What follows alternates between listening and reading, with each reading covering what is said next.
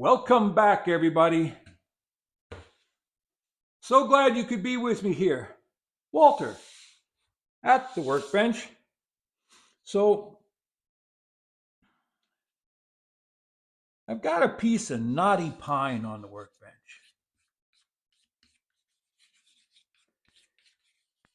Now, the one thing you need to do with knotty pine is you need to know the direction the knots grew. So, with this board, I have them orientated so they're all going this way. On this board, I was trying to figure this one out, and I think this knot here is growing this way. This one grew this way. This one's growing in this way, and this one's going that way. So we probably could plane this board in this direction or the other direction on the back. I don't know if you know this, but most modern power planers have chip breakers. Okay? There's a bar that is set in the machine in such a way. How do I want to demonstrate this? There's a bar sitting in the machine in such a way that it's literally touching the wood, be it just a thousandth of an inch, just a shaving's thickness away. And it presses down on the wood, and if it's pressing down too hard, you'll find feeding your wood through a power planer difficult. It has to be set properly. But without that chip breaker, power planers would just chew up wood. They'd be nothing more than a wood chipper. So,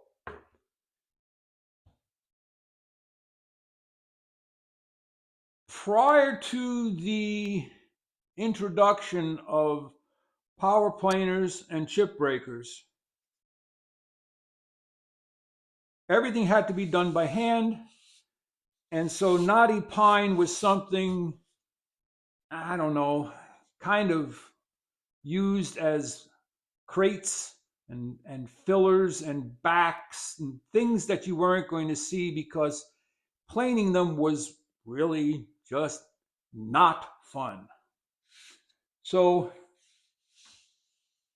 with the advent of power planers, we could do everything. We could make tongue and groove. We can make paneling. As you can see here, all the paneling on the wall of the shop. And the planer left a washboard finish, which people tried to sand out. Well, when you try and sand, you know this. When you try and sand knotty pine, the knots are hard like stone, and the wood around it is softer, so the knots will always protrude, and the wood gets low in spots, and people call it rustic, but I don't like it. So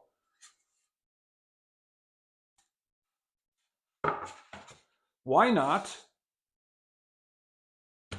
just hand plane it? Okay, you set up your smoother for a fine cut, and where there's no knots, it planes just like clear pine, right? Beautiful shavings. Now you hit that knot, you'll hear it. You'll feel it. You get resistance.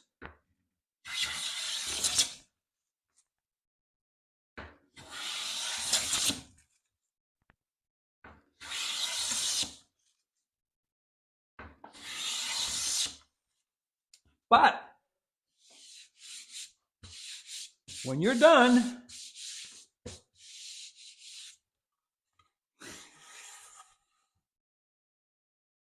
that surface is pristine. Now there's a little scratch here from just handling the wood in the workshop, but you look at the difference between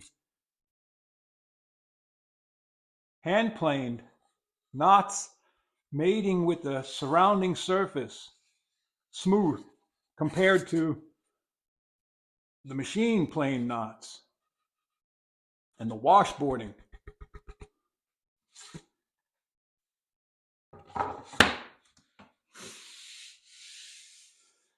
So I would probably recommend that if you're going to be working in knotty pine, the knots need to be red. Okay? If it's pine, they need to be reddish. If they're black, they are going to fall out. Okay? The red knots are known as sound or STK, sound tight knot.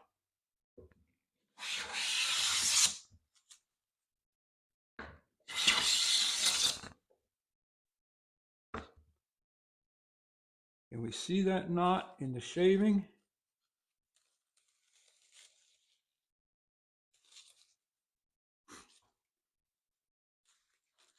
You see how the knot planes just like end grain?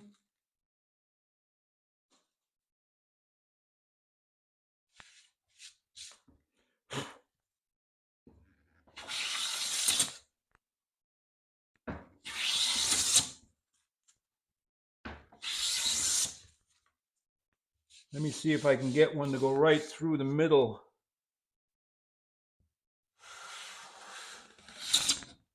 There we go.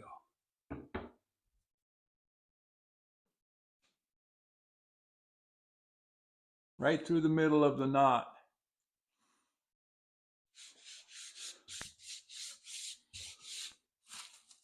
So that's about it for this one.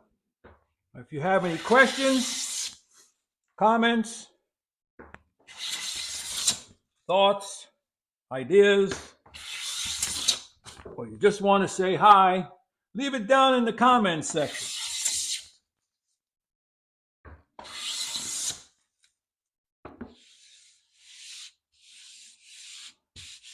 There you go.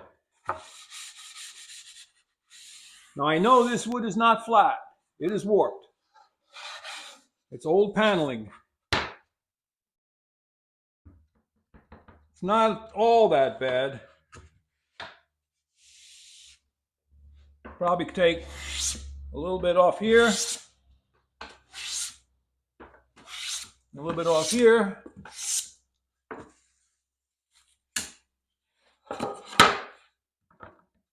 That's a little better.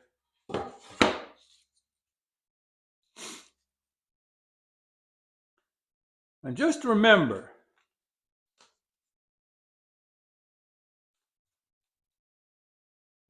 no matter where you go, there you'll be. Head out to your shop, go make some shavings, but not before you like, subscribe, and share. Walter out.